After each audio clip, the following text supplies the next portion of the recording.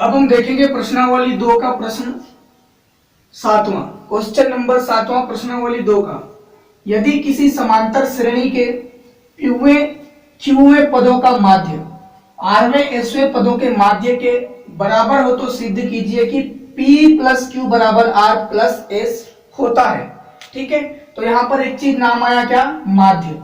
ठीक है, तो इससे पहले, इस प्रश्न को हल करने से पहले हम जान लेते हैं कि माध्य कैसे प्राप्त करते हैं, समांतर माध्य कैसे प्राप्त करते हैं। ठीक है ना, तो इस प्रश्न के पहले हम देखते हैं यहाँ पर एक प्रश्न हमारे पास में यदि दिया जाता है क्वेश्चन कि करनी 2 धन 1 व करनी 2 ऋण 1 का समांतर माध्य ज्ञात करो। समांतर,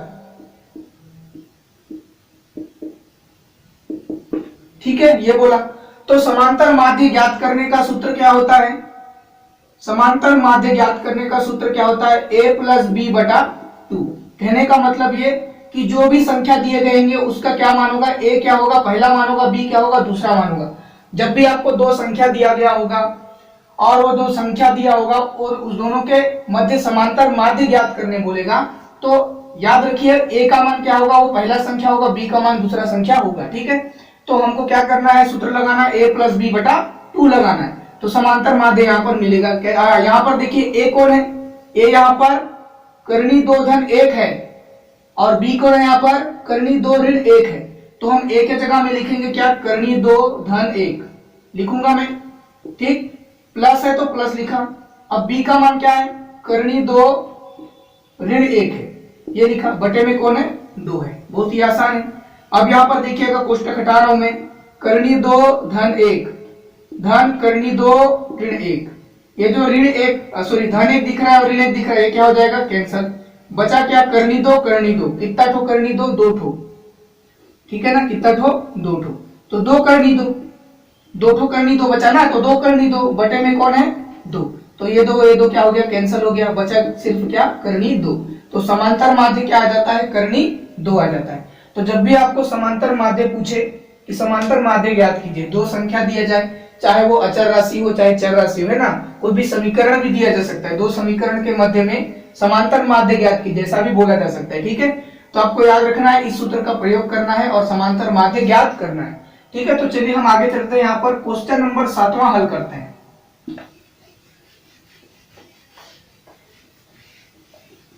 यहाँ पर प्रश्न नंबर 7 बोला है कि यदि किसी समांतर श्रेणी के pवें qवें पदों का माध्य, pवां पद qवां पद, है ना, pवां पद का मान और qवां पद का मान, pवां पद और qवां पद का माध्य बोला है। ठीक है ना, माध्य, और rवें और sवें पदों के माध्य के बराबर होगा।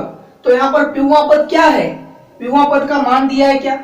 हमको तो इससे पहले जो प्रश्न हल किया करते थे उसमें जो भी पद दिया जाता था उस पदों का मान भी दिया गया होता था। यहाँ पर सिर्फ बोला है pवां पद और qवां पद का माध्य और rवें sवें पद का माध्य दोनों का क्या है? बराबर है। तो यहाँ पर हमको क्या लिखना है? हल। ठीक है, तो हल लिखना है। यहाँ पर देखिएगा pवां पद के लिए क्या होगा? pवां पद के लिए यहाँ पर pवां पद का माध्य हमको पता करना है। ठीक है, इसलिए सबसे पहले pवां पद पता करना पड़ेगा। क्या? pवां पद बराबर क्या होता है? लिखेंगे NP बराबर प्रथम पद, सूत्र लगाएंगे a प्लस यहाँ पर n के जगह में क्या लगेगा? nवां पद क्या है? यहाँ पर p है ना, p का मान क्या करें? pवां पद, तो p माइनस 1 गुणा के रूप में क्या होता है? d होता है। बराबर इधर कुछ लिखूं क्या?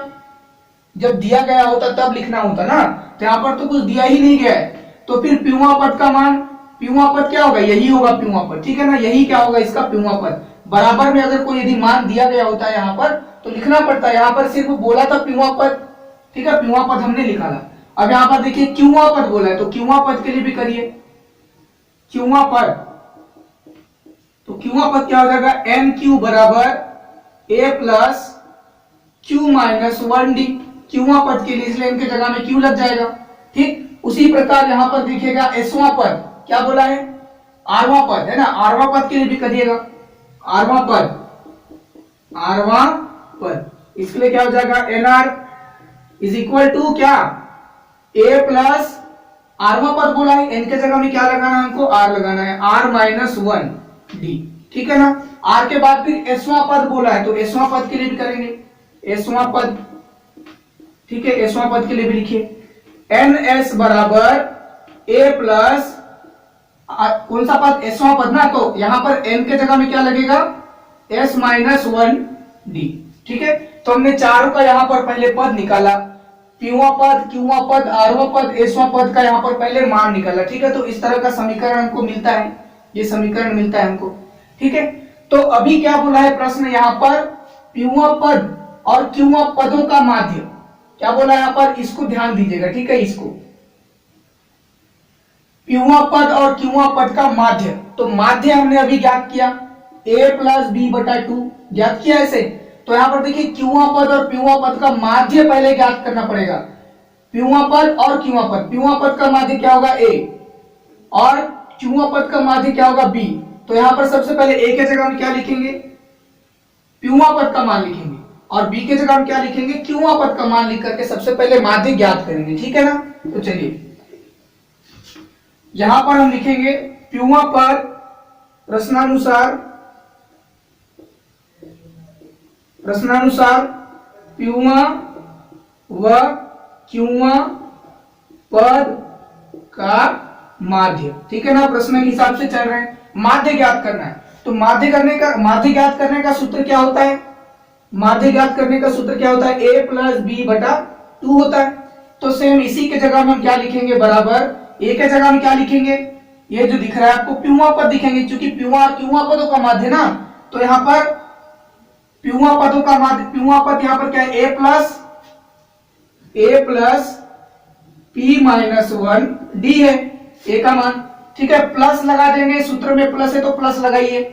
अब यहां पर b के जगह में कौन आएगा, क्यूवां पद आएगा, क्यूवां पद क्या है, a प्लस कोष्टक में q माइनस वन डी है। अब नीचे में सूत्र में क्या है, बटे में दो है तो दो लगा दीजिए, ठीक, दो लगा दिया। अब आगे देखिए क्या होगा, ऊपर में यहां पर a है, यहां पर भी a दिख रहा है, a दिख रहा है, तो जोड़ेंगे यहां पर a कितना हो जाएगा, 2a हो जाएगा, 2 a है, तो बराबर यहां पर लिख देंगे क्या, 2a, ठीक है, 2a। अब यहां पर आपको d दिख रहा है, यहां पर भी d दिख रहा है, ठीक है, ये तो d है, हम इसको उभयनिष्ठ के रूप में भी लिख सकते हैं, ठीक है ना, उभयनिष्ठ के रूप में भी लिख सकते हैं।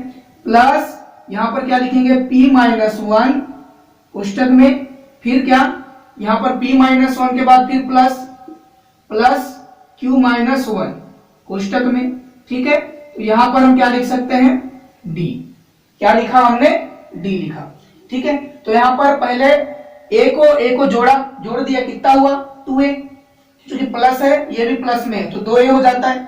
p माइनस वन के साथ में d था, q माइनस वन के साथ में भी d था, तो यहाँ पर ये जो d है ये भी उभयनिष्ठ हो सकता है, इसलिए हमने क्या कर दिया, उभयनिष्ठ बाहर निकाला और इसको आपस में यहाँ पर जोड़ दिया, ठीक है, क्योंकि यहाँ पर प्लस है, ये भी प्लस है, ठीक। तो आगे यहाँ पर हम थोड़ा सा कोष्टक हटाएंगे तो क्या होगा, देखिएगा, बराबर 2a कोष्टक के अंदर में यहाँ पर p माइनस वन, क्या है, p माइनस वन प्लस कोष्टक हटाइए पूरा, तो क्या हो जाएगा, q माइनस वन, ठीक है। तो यहाँ पर कोष्टक बंद, बाहर में कौन है, d है, ठीक। तो यहाँ पर कोष्टक के अंदर में देखिए ये माइनस वन है, ये माइनस वन है, समझात है, तो एक समझात है तो जुड़ेगा घटेगा जो भी होगा। यहाँ पर इस एक में माइनस है, इस एक में भी माइनस है, तो माइनस माइनस प्लस होगा, मतलब जुड़ेगा। तो बराबर यहाँ पर देखिएगा 2a p minus one, minus one है, ठीक है ना, p प्लस q होगा पहले। अब माइनस वन जुड़ रहा है तो क्या हो जाएगा, माइनस टू, ठीक है ना, क्या हो जाएगा, जुड़ रहा है ना, तो माइनस वन जुड़ेगा तो कितना हो जाएगा, माइनस टू, और ये डी। तो यहाँ पर समांतर माध्य क्या मिला हमको, 2a कोष्टक में p plus one minus two, बाहर में गुणा के रूप में d मिला। किसका समांतर माध्य था, ये पीवां पद और क्यूवां पद का समांतर माध्य था, ठीक है। तो अब हमें क्या करना है, आरवां और एसवां पद का माध्य, आरवां और एसवां पद का माध्य अब हमको ज्ञात करना है, ठीक है। तो चलिए आरवां और एसवां पद के लिए ज्ञात करते हैं, ठीक। यहां पर लिखूंगा मैं आरवां व एसवां पद का माध्य, आरवां व एसवां पद का माध्य। तो यहां पर भी वही सूत्र लगेगा, a प्लस बी बटा दो लगेगा, बराबर यहां पर ए का मान क्या होगा, आरवां पद, ए का मान ए प्लस आर माइनस वन, ये डी हो जाएगा, होगा। फिर यहां पर सूत्र में क्या है, प्लस है तो प्लस लगा दीजिए। बी का मान क्या हो जाएगा, एसवां पद a plus s minus one, d हो जाएगा, बटे में क्या, दो, सूत्र में क्या है, दो है।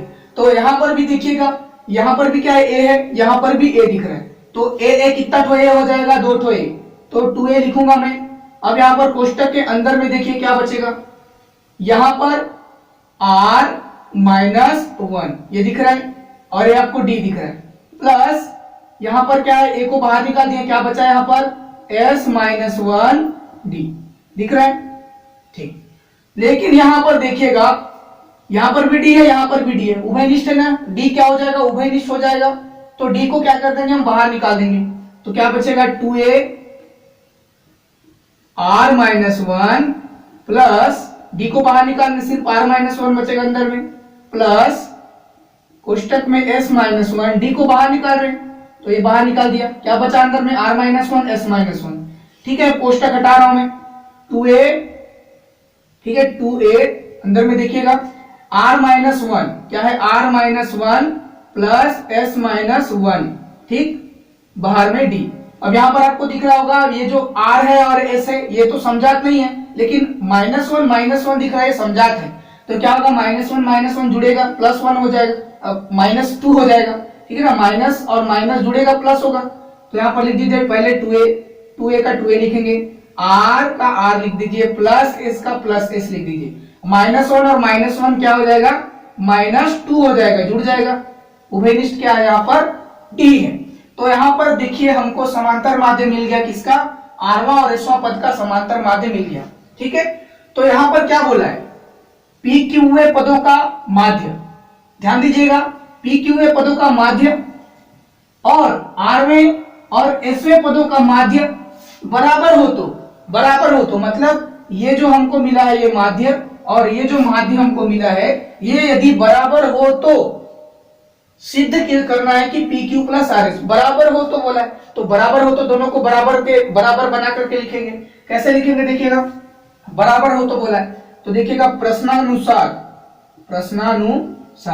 के अनुसार क्या बोला है, पी क्यू पदों का माध्य और आर एस पदों का माध्य बराबर है, तो बराबर करके लिखेंगे 2a, क्या लिखूंगा मैं यहाँ पर 2a, ठीक है, 2a के बाद यहाँ पर देखिएगा, अच्छा यहाँ पर आप छोटा कोष्टक भी लगा दें, ठीक है, चलेगा, 2a यहां पर क्या है, p plus q minus two, बाहर में d है, बराबर है, किसके साथ में बराबर है, आरवां और एसवां पद के माध्य के बराबर है, तो यहां पर आरवां एसवां पद का माध्य क्या है, 2a बराबर लिखा है ना, बराबर है 2a r plus s minus to D के बराबर है, ठीक है ना, इतना समझ में आ गया होगा।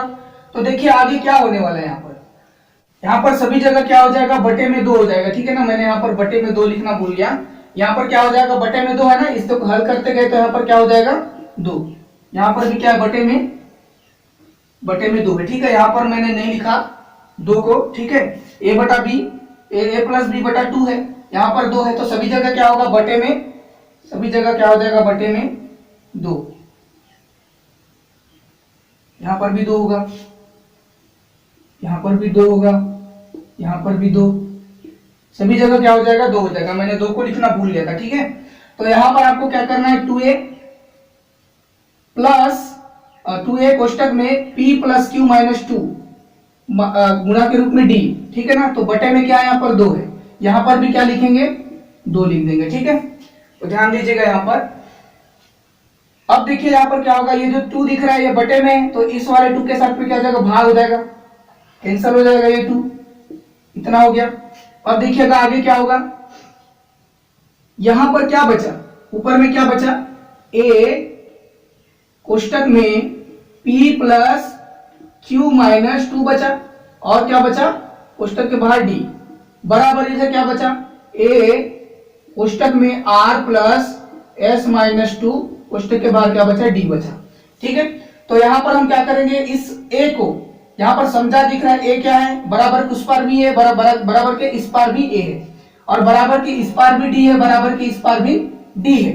ठीक है, तो पहले ए दिख रहा है आपको, ए किस रूप में, इधर गुणा के रूप में ए, तो ए को मैं इधर पक्षांतर करूंगा तो क्या हो जाएगा, ए क्या हो जाएगा, ए क्या हो जाएगा, इधर भाग में आ जाएगा, और डी को भी यदि मैं क्या करता हूं, पक्षांतर करता हूं तो भी क्या हो जाएगा, गुणा में, तो आके क्या इधर भाग में हो जाएगा। ठीक है ना, तो देखिएगा यहाँ पर क्या होगा, ए पहले जैसे का तैसे उतारे, p प्लस क्यू माइनस 2, ठीक है, और पहले से d है, a को और d को मैं इधर लेके आऊंगा तो क्या हो जाएगा, ad, ठीक है ना, भाग के रूप में हो जाएंगे दोनों, इस a को और d को मैं पक्षांतर कर दिया इधर तो क्या हो जाएगा, ad, ठीक है, भाग में हो जाएंगे।